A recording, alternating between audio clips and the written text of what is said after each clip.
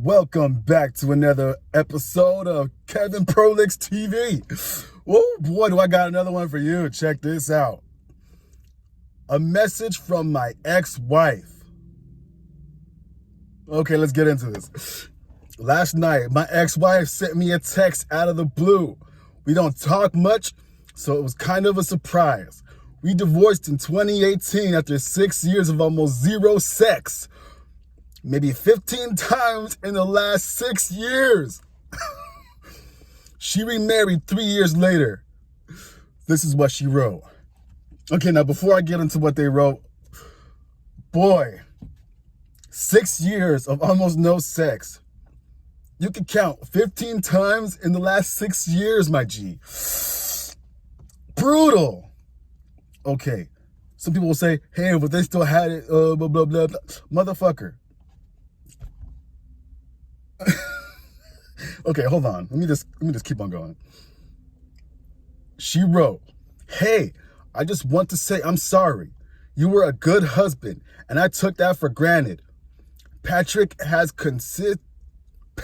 completely ignored me in the bedroom, and I now know what I put you through. Every single feeling you described to me that I laughed off or ignored is true. Your feelings were valid, and I am truly sorry. I would have divorced me over this too. Boom! And there you have it. So when the shoe was on the other foot, then they could finally grasp the magnitude of a betrayal like this. You're not only leaving your partner in a position to where they feel unloved, unwelcome, and a whole bunch of other things, but you could only see it when it was on your foot, when the shoe was on your foot.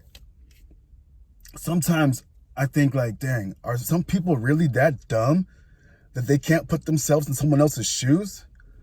And then I heard somewhere where they said a lot of people have what they call solipsism, something like that, where it's like they could only look at things from their point of view. They can't see outside of themselves. And I think that's what's happening here.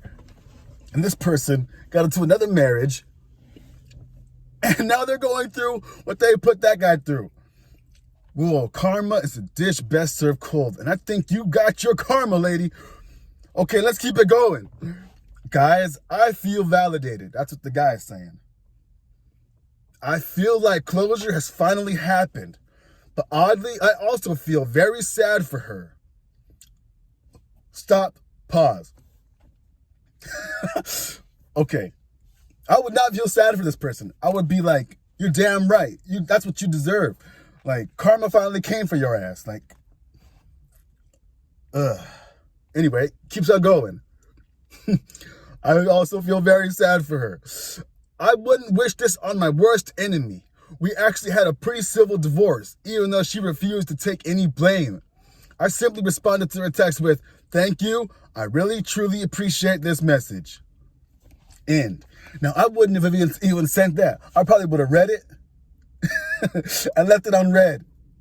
Or sent a laughing emoji. Something, I don't know. But, wow. The fact that they had to go through what you went through just to understand what you were going through. Let's see what the people say. Someone says, I'd feel the same way you do. Sad for her, especially if she wasn't withholding out of malice. But at least you know you're not wrong in how you felt and the reason for the divorce. Well, he doesn't specify. And to me, I would think it was done on purpose. Because they acknowledge, I was doing this to you, and now it's happening to me. They weren't doing it out of it was intentional to me. That's the way I'm reading this.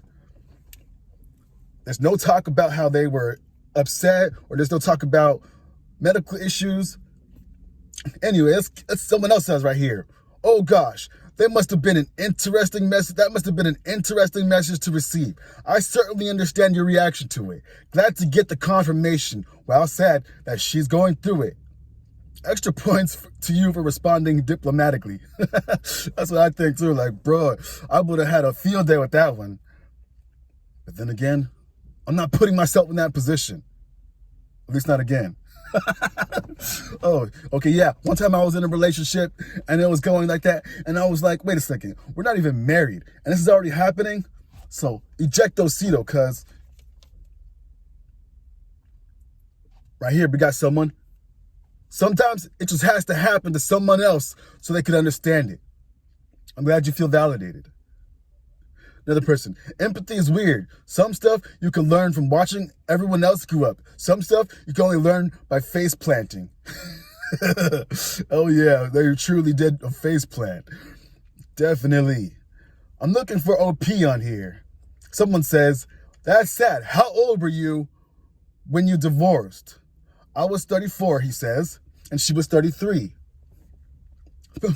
I hope they don't have kids. There's no mention of kids here, but Jesus. If you weren't having no sex, I can't see how you can make kids. Okay. Another person right here. That's awesome. I know that felt good. It was probably good for you both.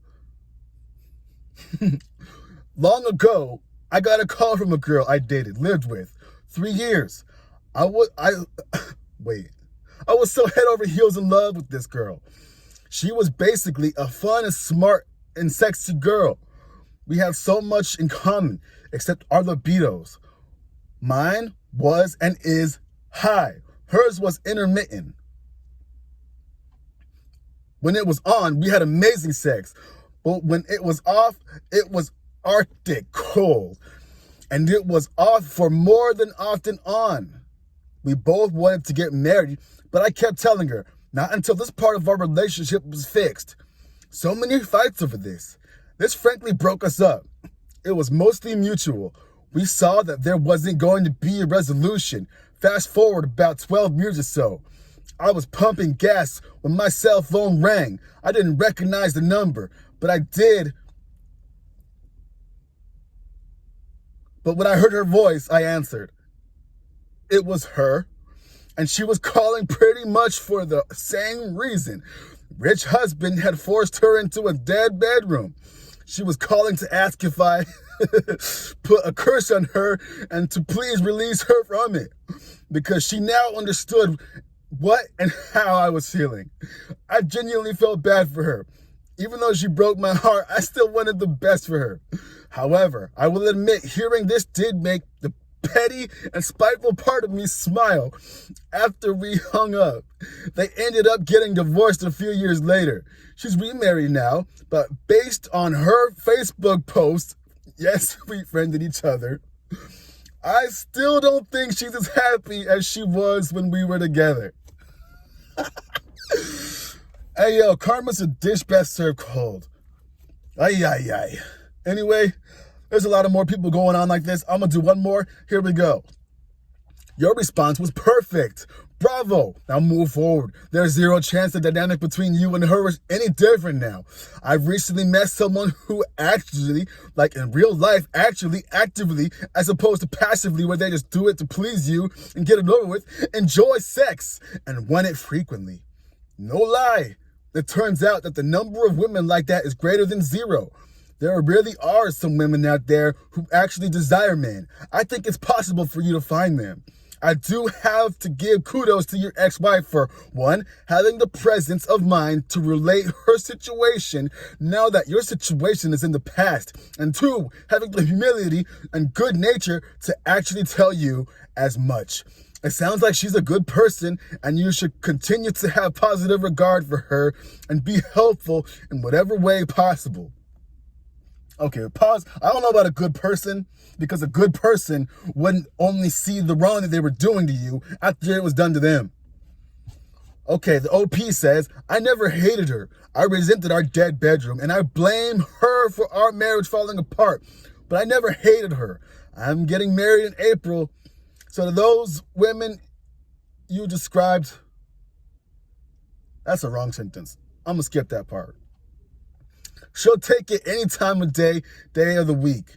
I think on the 4 years we've been dating, she has said no maybe 3 times. You know, OP, I'm glad for you. I hope things go good for you. And if you ever see anything like that happening again and you're getting in that situation, man or woman, do not engage with that relationship anymore. No one should have to go through that, especially if you're only 34 and you got your whole life ahead of you. Ain't no way. Wait until your body starts shutting down when you're like 70, and then you're like, okay, yeah, I can't have sex anymore. But if you're, you like sex, do not settle for someone who doesn't want to give it to you. Anyway, what do y'all think? This has been another Kevin Prolix TV. Like, comment, share, and I'll see you on the next one. Peace.